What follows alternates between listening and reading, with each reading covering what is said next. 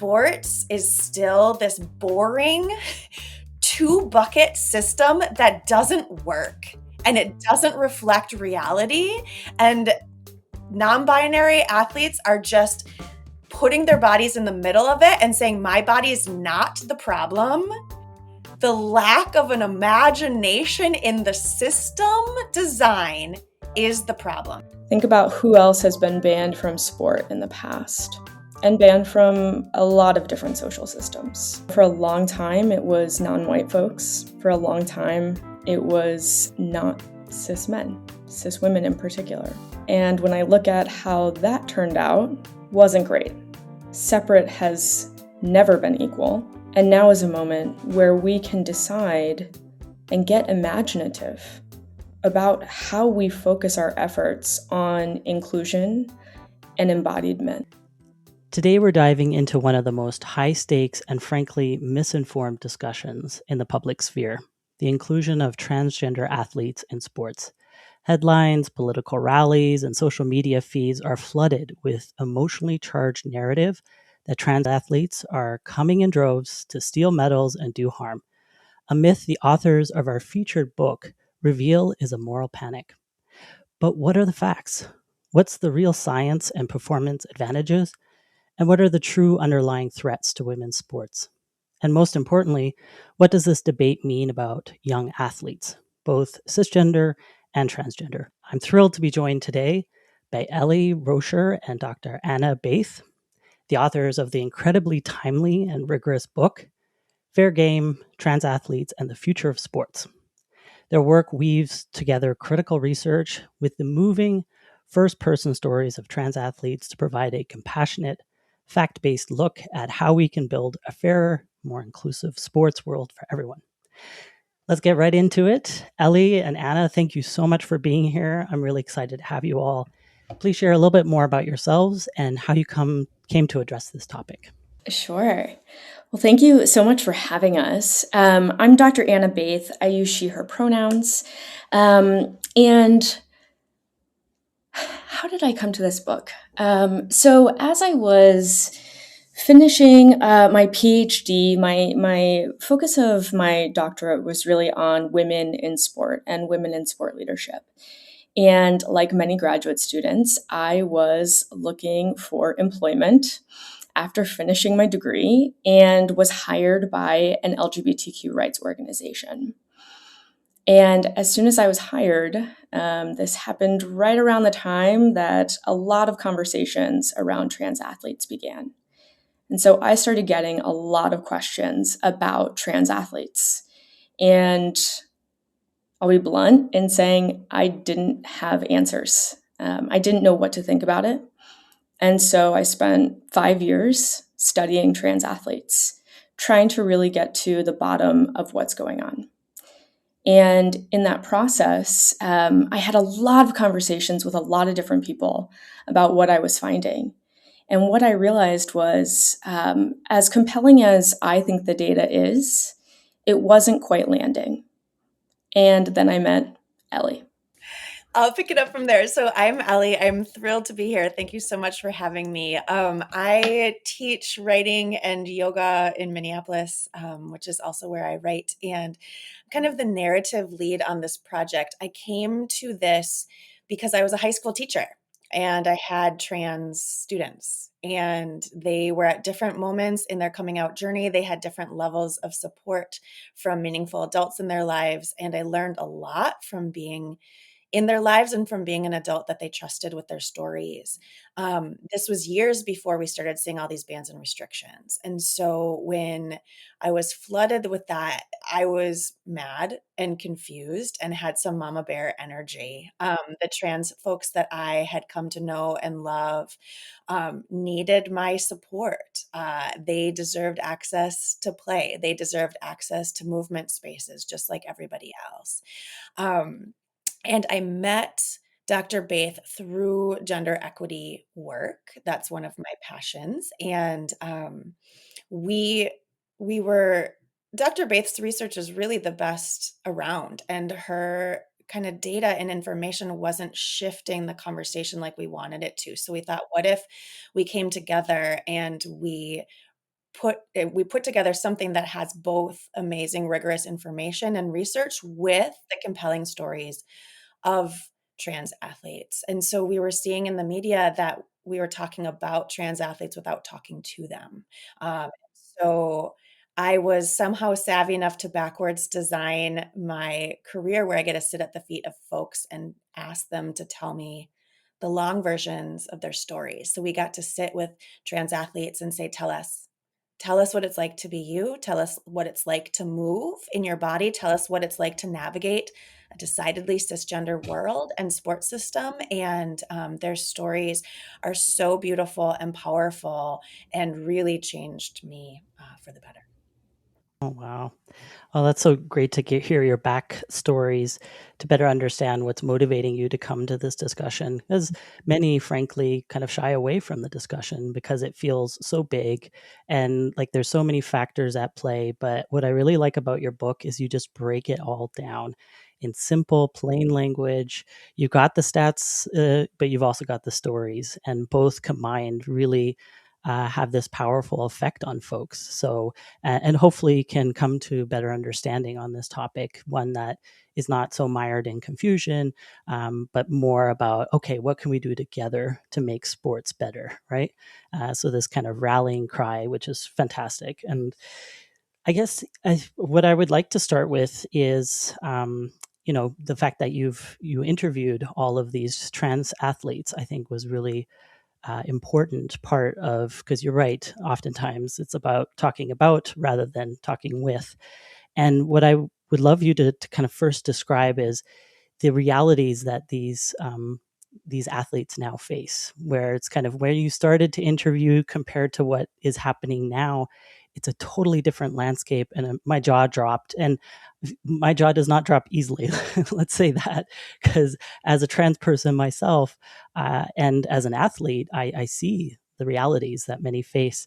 But there's been a decided shift that has real world implications. So I'd love for you to kind of talk about what happened to the athletes and their abilities to play or not. It's a great question, and it's an interesting one when I look back on conducting this project, because when we started the project, we were really thinking, we're hearing from a lot of lawmakers. We're hearing a lot of stories in the news again about trans athletes, and yet most people couldn't name a trans athlete. Right. And so we thought, okay, we need to start introducing the world to some trans athletes. And that was really the impetus of the book. And it's really shifted, because when we wrote the book and we interviewed these athletes, we interviewed 20 folks, gathered their stories. When we first wrote the book, all of them were able to compete. As of today, only one of those 20 is legally able to compete.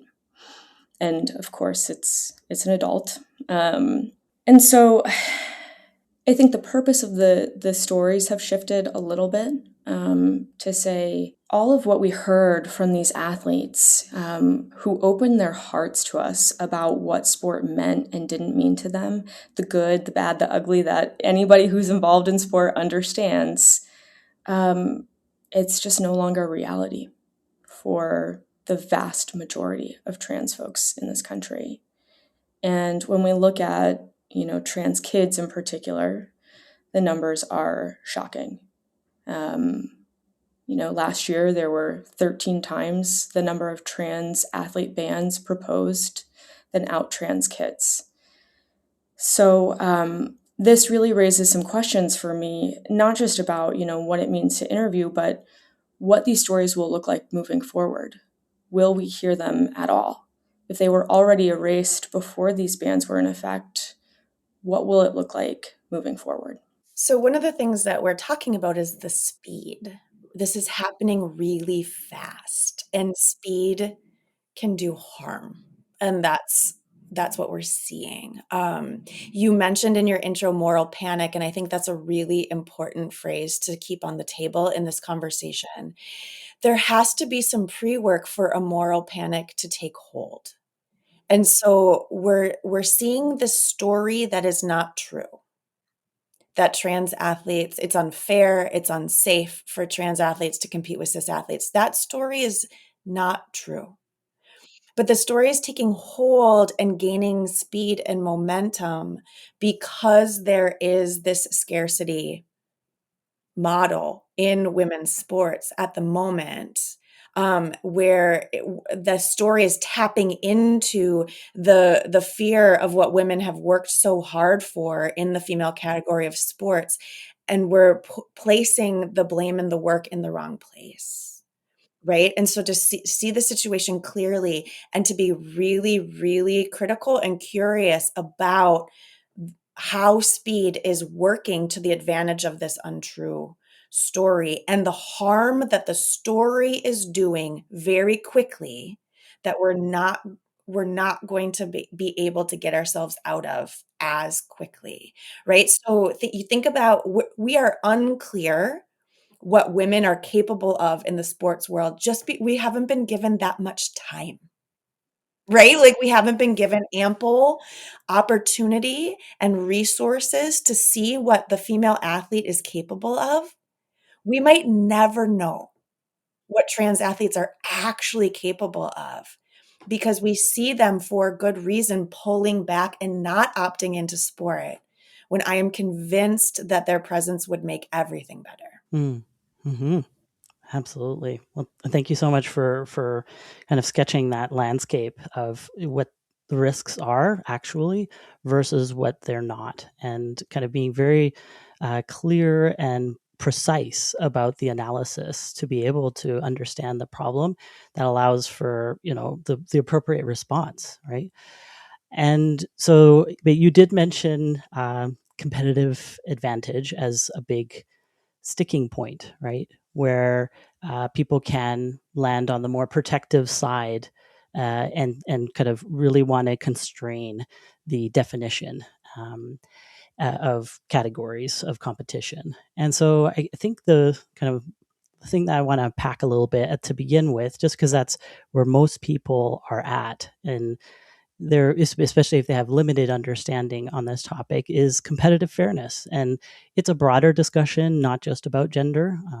There's all kinds of things at play when it comes to competitive fairness. But I'd just like you to kind of unpack or explain why the narrative that, especially trans women, they're often the focal point, although we won't just talk about trans women.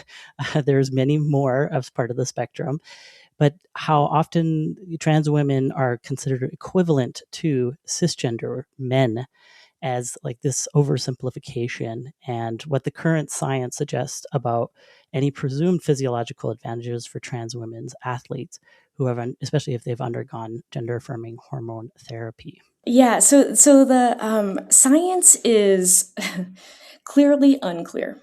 There is really no research out there on transgender athletes. Now, there is some research on trans folks. There's really one study on trans folks in the military. But the bottom line is the science doesn't really exist. We don't really know. And at this point, because of all of the policies that are happening in sport and trans folks pulling back from sport, we probably won't ever have a really solid study on this. Now, with all of that said, what I will say is when you look at the research that is most often cited in anti-trans sport policies, bans, that science is not compelling. Most often, again, we're not talking about trans athletes. Most often, those studies don't even look at trans folks. They often have really small sample sizes, and they'll focus on very particular components of athleticism, like testosterone. Now, this is all a little bit ironic for me, because when you really look at the science, when you really look at the data and you ask, okay, who wins in sport? Across the board, who's winning? What we know, it's very clear. People who have access to sport early on, people who have resources to participate in sport, to access the best coaches, the best facilities, and generally people who are born in the correct region of the world or the United States where they really have access to competition. All of those factors are what leads people to win. And I'm talking here about like at the highest levels of sport, right? If we look at Olympians across the board. So I also just want to say that to say the people who have always won are still winning, right? The people who have always won, which weren't trans athletes, even when trans athletes were permitted to compete, those folks, people who come from well-resourced backgrounds, they're still winning. So I think this raises a lot of other questions about what we're talking about when we talk about fairness. We often realize that people don't talk about money when they're talking about sport. Who even gets to access sport? And for that matter, who gets to access their body? Because in this country, in the United States in particular, we know that we are now living in a pay-to-play model where only kids from families who can afford it really get to participate in sport. And with a diminishing education system and frankly diminishing physical education, the bottom line is what we're saying is only people who can afford it now can really be in their bodies in a way that is going to build confidence, build self-esteem, just build recognition of who you are and what your body is capable of. And that is, for me, one of the main drivers of this book is to really say, let's get serious about allowing people to access their bodies in healthful ways. Yeah. It's so true that there is a class element that many people have a discomfort with addressing or looking head on at. Maybe they've experienced themselves in some way if they're, not a part of upper classes, but where do the resources go and how we support some and not others. The kind of pinpointing trans folks allows for that distraction to continue versus like putting the spotlight where it needs to be, so that more people can play. And I like how you say it, access to one's own body and the sense of belonging and confidence that comes with that participation, right? Time and time again in the interviews that you did, I mean, that's a main theme, is that like others, like cisgender folks, whether kids or adults, they need that. It's an important part of development if they want to participate. So it's really a travesty that that's occurring right now. So, and thankfully you're able to highlight that in the book that you've written. So, and hopefully people can appreciate that, especially with small populations, scientific inquiry is often difficult, right? It's like you said, the sample size piece, there may be unanswered questions. And so how can we move forward without that piece, and not kind of go based on conjecture and think it's science? I did want to shift to something that Ellie, you mentioned, moral panic. That's a big theme, and it's really important to highlight that in the book, or that you've highlighted in the book. And so this is kind of driving this surge, as you already mentioned, in the anti-trans legislation, given that trans athletes are such a small percentage of the population, probably less than a percentage point, right? What is truly behind these bans, and what are the effects on legislation on actual mental and physical health of young athletes, both cis and trans? Okay, that's a big question. I That's a big question. This I appreciate it. I appreciate it. Let me get us started, and Dr. Baeth can jump in. So we know that sports are good for kids, right? Like they're good for our physical health. They're good for our mental health. And so that's that teacher in me that gets really upset when one person would decide that a certain child wouldn't have access to play, to exuberance, to joy, to collective movement, to belonging on a team. I started gymnastics when I was 4 years old. I don't have a memory of not being in my body. I don't have a memory of not being on a team, of belonging, of having a place where I belonged to a group of people and having a place where I belonged to my body, where I felt safe to drop in and play and inhabit my body. I think everybody deserves that. I think one of my hunches, one of the things I think that's going on of like why this moral panic is taking hold. I will speak for myself. Before running these interviews, my cis identity was pretty dormant. I hadn't spent a lot of time thinking about the fact that I was cisgendered and Mhm. understanding how that privilege moves through the world.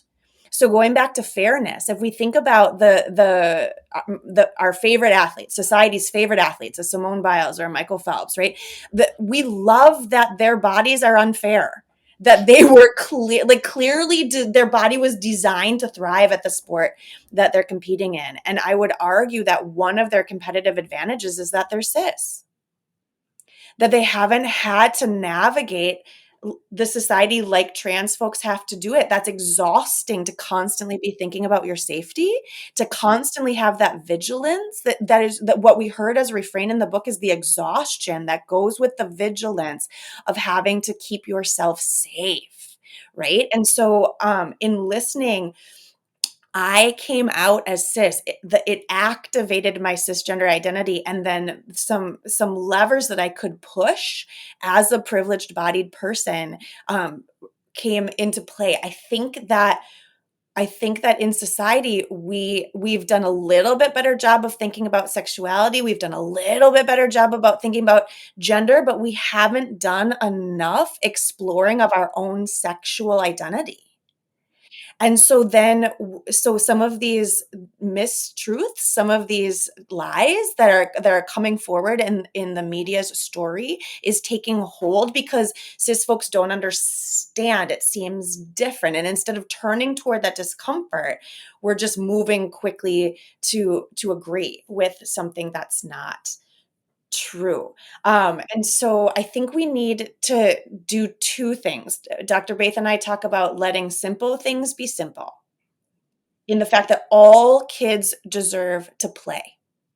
We have to work for a world not only where every child gets access to play, but has the time to be a child and play. And then how can we develop sports where we stay in our bodies, we continue to inhabit our bodies so more adults are also have safe, exuberant, joyful bodies that move, right, and play.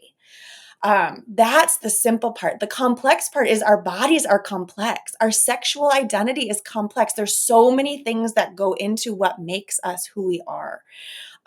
Sports are complex, right? So no two sports are the same. Competitive advantage does not look the same in any two sports at any two levels. So anytime you see these blanket bans, you have to get very, very curious because it might be easier, it might be more convenient to restrict all trans bodies. That doesn't make it right. And so there are ways to create pathways toward play at the different age levels, at the different stakes in the different sports. And we need to move toward that future where anybody that wants to play has that access. Think about who else has been banned from sport in the past and banned from a lot of different social systems. You know, for a long time, it was non white folks. For a long time, it was not cis men, cis women in particular. And when I look at how that turned out, wasn't great. Separate has never been equal. And now is a moment where we can decide and get imaginative about how we focus our efforts on inclusion and embodiment rather than exclusion. Yeah. I think in some sports, especially, they're struggling with numbers. And so for me, I'm always baffled when you have like really interested, especially youth at the beginning of the pipeline, why you don't want to cultivate that. And like, sure, maybe there's things like you said, you have to figure out the pathways, but you can create, you could be so much more innovative and find different things that, you might be surprised by. I know in the Olympics, they've started to do many kind of mixed gender categories, say in relays, and people find those really exciting, I myself included, right? So there's just such an opportunity to say, okay, trans people want to participate and become athletes, starting from young, growing older. Why can't we figure out a way, and instead of these blanket bans, which also, as I'm sure you talk about in your book, complicates things for cisgender folks as well. Like you just alluded to, Dr. Baeth, this is something that has happened in the past, but actually continues into the present as well. Especially as some bands start to talk about, sex testing or genital examinations, the kind of stuff that's we thought was archaic, but is, being considered. And that's not just for trans folks, that will also sweep up certain cisgender women as well. So there's a lot there. And I think at first glance, when people are just thinking at this topic for the first time, perhaps they want a simple answer, but then a lot more is revealed. I want to shift into safety because that's another big topic that we hear about a lot and is really important to be able to create safe space for no matter who somebody is, right? That be a core tenet of all sport. And so I'm curious to hear more, and you certainly address it in your book, about the fears, especially of trans women, that, according to some, which is actually a myth, that they think threaten the safety of cis women, especially when it comes to locker rooms and other, spaces. What does the evidence show regarding this fear, and how do policies based on this fear end up increasing sanctioned policing of women's bodies and sports spaces? Yeah, there have been no instances of harm done. When we look at the history, it's simply it's not true. Now, that said, I think part of why these myths are so compelling is because they're based in fear. And there are a lot of people, myself included, and particularly when I first started doing this research, who are afraid for women's sports. And they have good reason to be. I mean, pretty much every presidential administration has really looked at and questioned whether we should keep Title IX, which is an educational amendment that mandates equal opportunity and should say equal resources, really, for anybody in educational systems, including athletes. Now, what we know is there's a lot of fear because there's a lot of scarcity in sport and in women's sport in particular. When we look at women's sports, there is a lack of financial resources, sponsorships, access, opportunities. There's still fewer girls participating in sport right now in this country than there were boys participating in this sport when Title IX was passed in 1972. Right? I mean, women are still far behind, or the women's category of sport. So that fear is justified.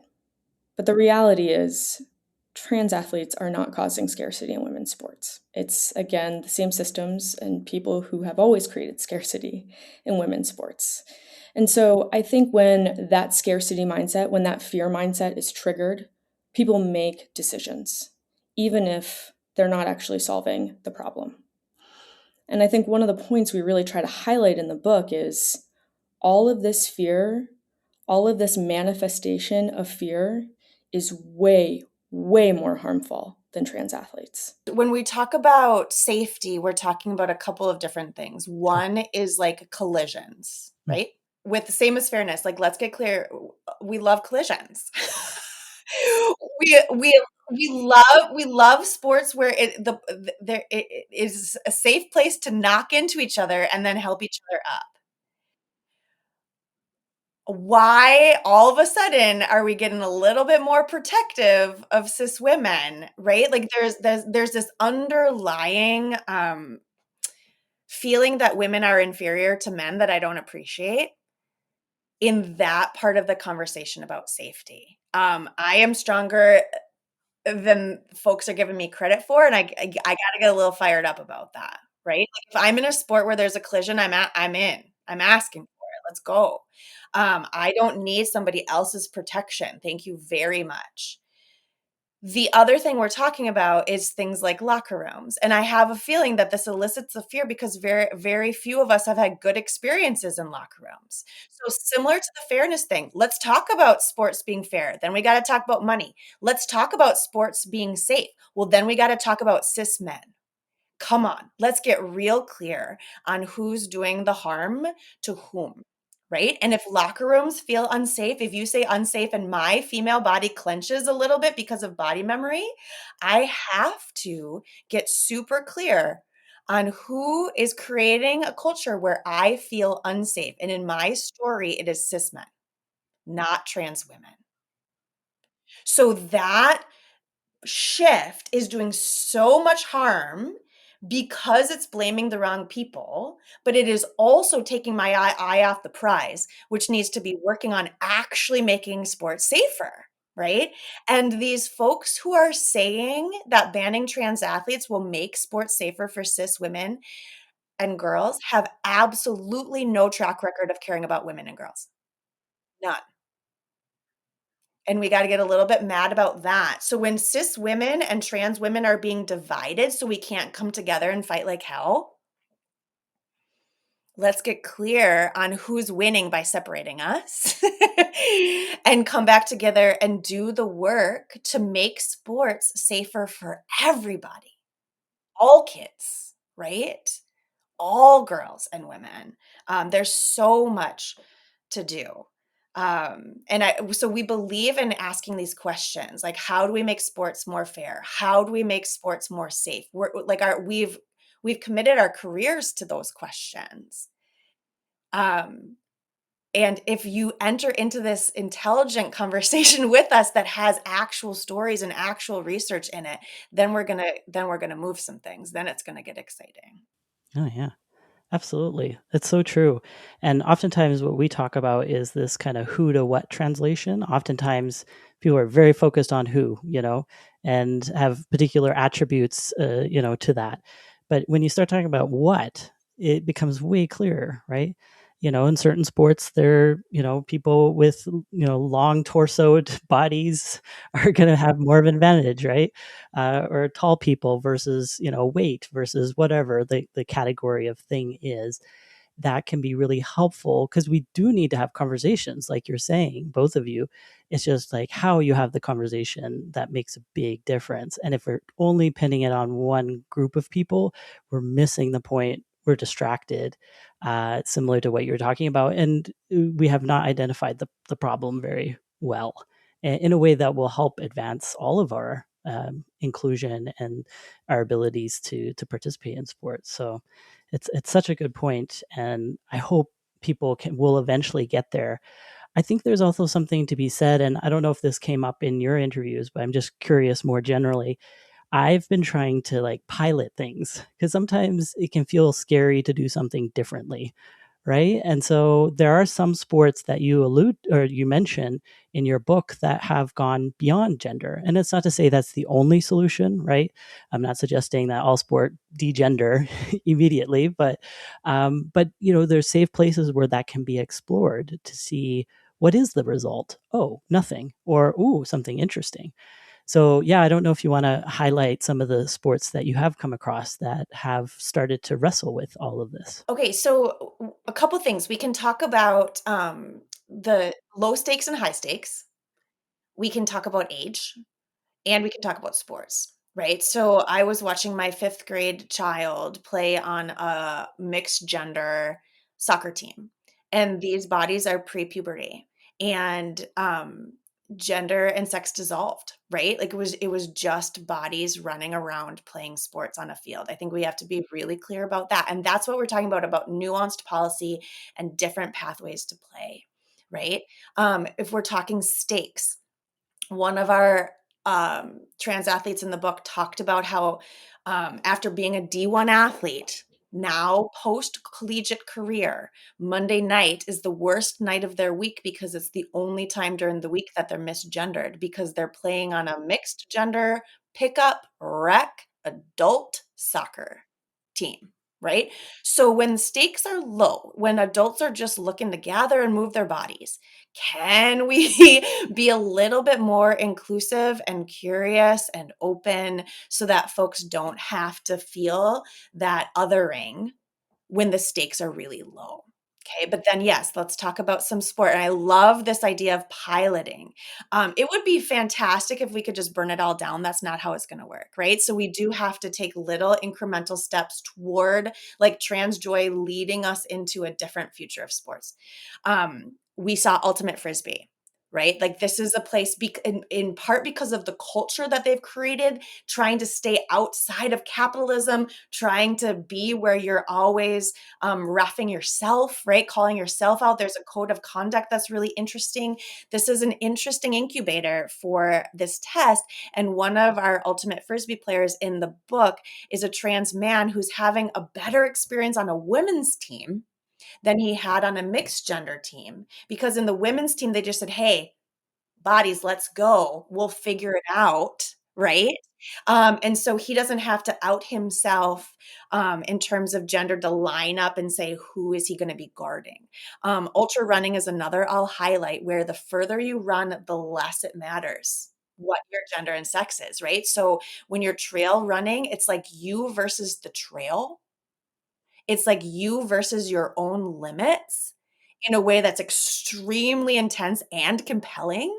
This would be a really great place to drop sex categories and just have bodies running against the trail and supporting each other.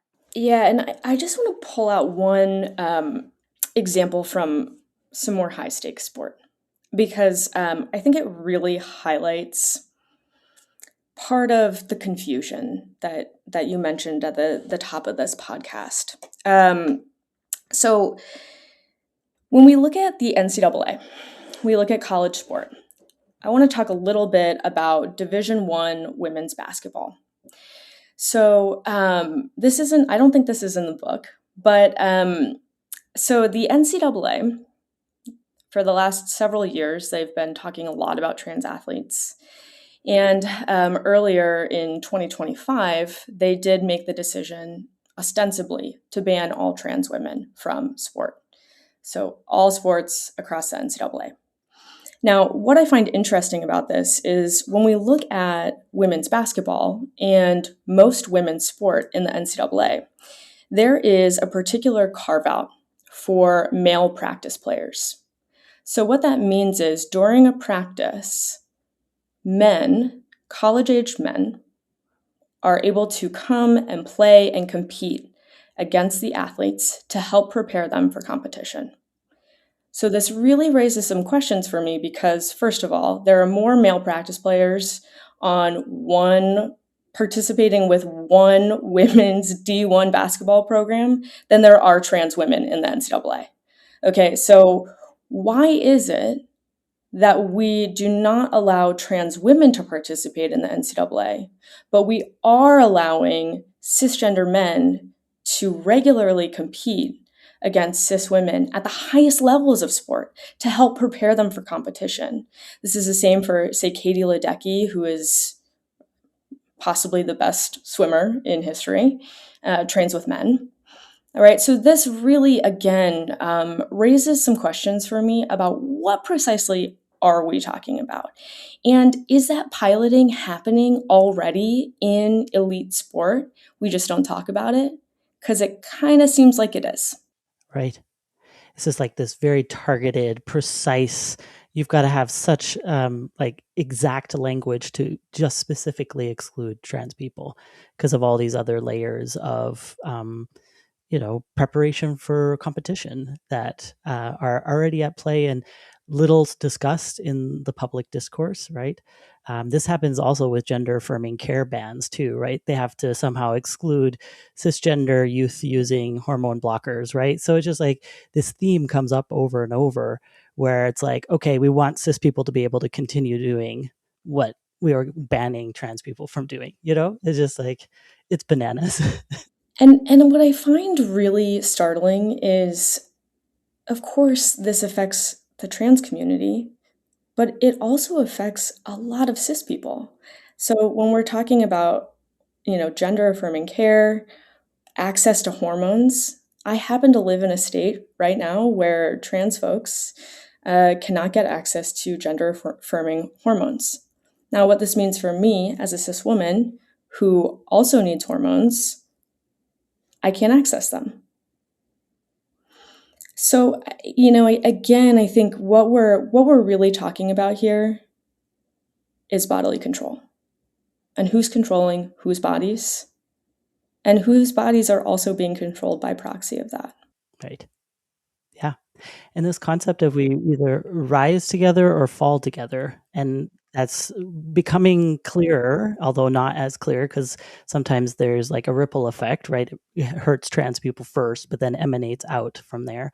And then you see the impacts maybe a few years down the road, and you're like, oh crap, that's not what we wanted. Well, the train's already left the station, right? We have to bring race into this conversation really explicitly here, right? And it can be brought in at every moment in this conversation, but so important when we're talking about maintaining the female category and who loses in that. We have to look at the history and see whose bodies are seen as disobedient, and identified as having to be socialized back into the norm. And this is very close because my cis body is perceived as obedient. I'm small. I wear my hair long. I'm white. So as a gymnast, as a female gymnast, I am left alone. Even though if we're talking about maintaining the female category by period tracking, I would have lost that test. But I pass. I can move through our sports system with ease because my body is perceived as obedient to our feminine ideals. And that makes me really, really mad. And because I can move freely and am deemed obedient, it's my job then to fight back, to be disobedient in other ways, to divest from that agreement. I do not want these cis men saying they're protecting me. I don't need their protection. Thank you very much. And I do not want my female category policed to make sure everyone around me is also appropriately female. There is so much to talk about when we look at which female bodies get put under the microscope and which don't, and how much harm that is doing, and what kind of culture that creates for, honestly, for everybody. We're talking about how that harms both cis and trans girls, but I think about my boys growing up in the sports system and what they're learning about sex and gender as well. Yeah. Absolutely. And thank you for bringing that in, because that often gets overlooked in all of this. And it's a really important puzzle piece to this whole thing. And that, especially racialized folks, they are under such a microscope because they are not deemed as fitting in and have to jump their own hoops, right? And that's even setting aside when those come together, trans plus, black, say black trans athletes, right? Then you just like next level intervention and resistance from the system towards their bodies, and it's a travesty. And so, yeah, that's such an important part. One thing I wanted to kind of touch on before we go to kind of a bit of a closing here, although we could keep going for many more hours, I'm sure, is we've talked a lot about trans women, and oftentimes there is like an over focus on trans women, and of course we need to have a response for that, and your book helps with that for sure. But I also don't want to lose sight of the fact that sports, for the most part, are very binary. There's only men's and women's or boys and girls categories often. And that does leave non-binary athletes in a bit of a pickle. And so I'm wondering, what you've heard from athletes themselves, and any of the research that you've done, what about non-binary athletes, and how can we help them? The poor souls, I feel for them, and I always want to make sure we keep them in the conversation. Yeah, I wish there were research to talk about, and there isn't any. I think, when I think about non-binary athletes, man, Mm. they are like the coolest. First of all, in most of my conversations with non-binary folks, they talk about, and particularly for folks who have had the opportunity to compete on both sides of this binary. A lot of times they talk about wanting to compete in women's sport for no other reason than it feels much safer, either because of the culture of that sport, because of the culture of the team, or because of the policies themselves. So I don't know that I have an answer, except to say that what that points me to is to say we need to start fixing, adjusting, tweaking whatever is happening in men's sport where they do not feel safe. And I will say, for me, as a cis woman, I don't compete against cis men for a lot of the same reasons, I think. So that's the first part of this. I also think I can't wait for there to be more research and more conversations with non-binary athletes, because I also find that they often are the most imaginative because they've seen the full sporting landscape in ways that I never will, which is really, really incredible. So I guess, in sum, I would just say I really hope we can continue to have non-binary athletes to support them and to, if nothing else, listen to them. That's right. That's right. They've, in talking with them, they feel disappeared, as do trans men, by the way. Fair Game would not exist without Chris Mosier, who's a trans man and a fantastic athlete and a fantastic advocate. He interviewed our trans youth for the book so that they felt safer having the conversation. And he wrote And excited to talk to him because he's pretty famous, and they were like, "Oh my gosh, it's Chris Mosier." Yes. because he's totally famous and he's the best. We get excited about talking to him because he's famous and he's the best. And he also wrote the foreword for the book. And he's trying to be the adult that he needed when he was a kid. And so he's trying to get as visible as possible as a trans man, and is offended that no one cares. And again, it goes back to that hatred of women who they look at Chris and they're like, well, if you want to give that a shot, go for it. Good luck. Godspeed. Like that's so offensive to him and to me. Right. And so, yeah, I think we need to keep talking about trans men and non-binary athletes. And this is an aside that'll come back to it, I promise. In my previous book, I interviewed a bunch of people with interesting body stories, and one of the most fascinating interviews was with a woman who's quadriplegic, doesn't have any movement from her neck down, and she just kept repeating as a refrain in her interview, "My body is not the problem. It is the lack of imagination in design of society that is the problem.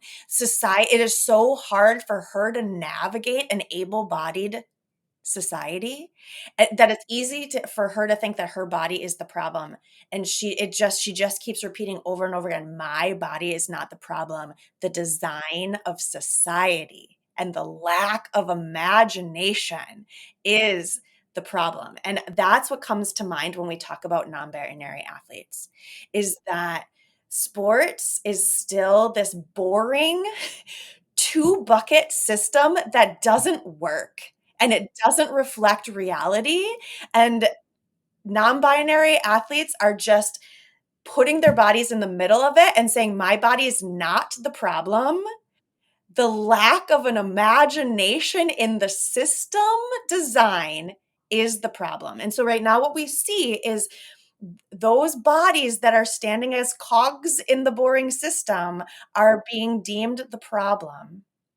And we need to shift back to reality and see that their bodies existing is actually going to lead us into a future of sports that has way more diversity, inclusion, safety, fairness. And excitement too. Like Yes! that's the thing is like, I mean, hey, we've got a basis to start from, but we can keep going, right? Like just, yeah, I sometimes am a bit baffled because I've tried. I'm used to be part of Vancouver Frontrunners, the Frontrunner system, which is this queer and trans running association.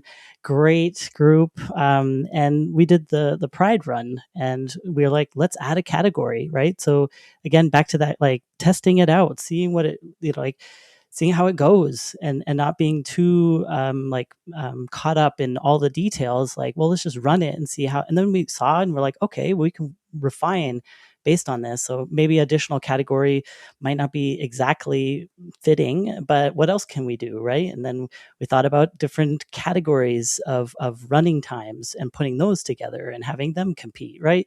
So just like kind of getting outside of just the two buckets system, and imagining what other types of exciting things can be put together.